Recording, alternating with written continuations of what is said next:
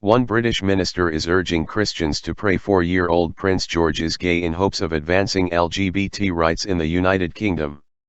In a blog post about LGBT inclusion, the Reverend Kelvin Holdsworth, a senior Episcopal Church minister at St. Mary's Cathedral in Glasgow, said believers should pray for the Lord to bless Prince George with a love, when he grows up, of a fine young gentleman.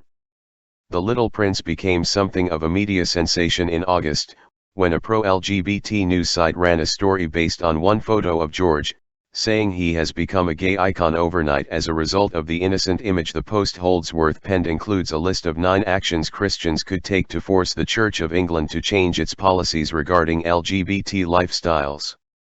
In the 9th one, the minister wrote, "If people don't want to engage in campaigning in this way, they do in England have another unique option, which is to pray in the privacy of their hearts, or in public if they dare, for the Lord to bless Prince George with a love, when he grows up, of a fine young gentleman."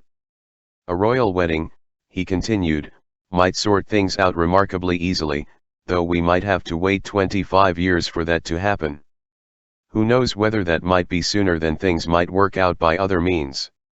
Holdsworth was criticized for the recent post, not only because biblical teaching on homosexuality is clear, but also for exploiting such a young, defenseless child to advance a political agenda. The Reverend Gavin Ashenden, a former minister to the Queen, called Holdsworth's comments unkind and profoundly unchristian, describing the call to prayer as the theological equivalent of the curse of the wicked fairy in one of the fairy tales, according to The Guardian. He continued, "To pray for Prince George to grow up in that way, particularly when part of the expectation he will inherit is to produce a biological heir with a woman he loves, is to pray in a way that would disable and undermine his constitutional and personal role. It is an unkind and destabilizing prayer. It is the theological equivalent of the curse of the wicked fairy in one of the fairy tales. It is unchristian as well as being anti-constitutional. It is a very long way from being a blessing for Prince George."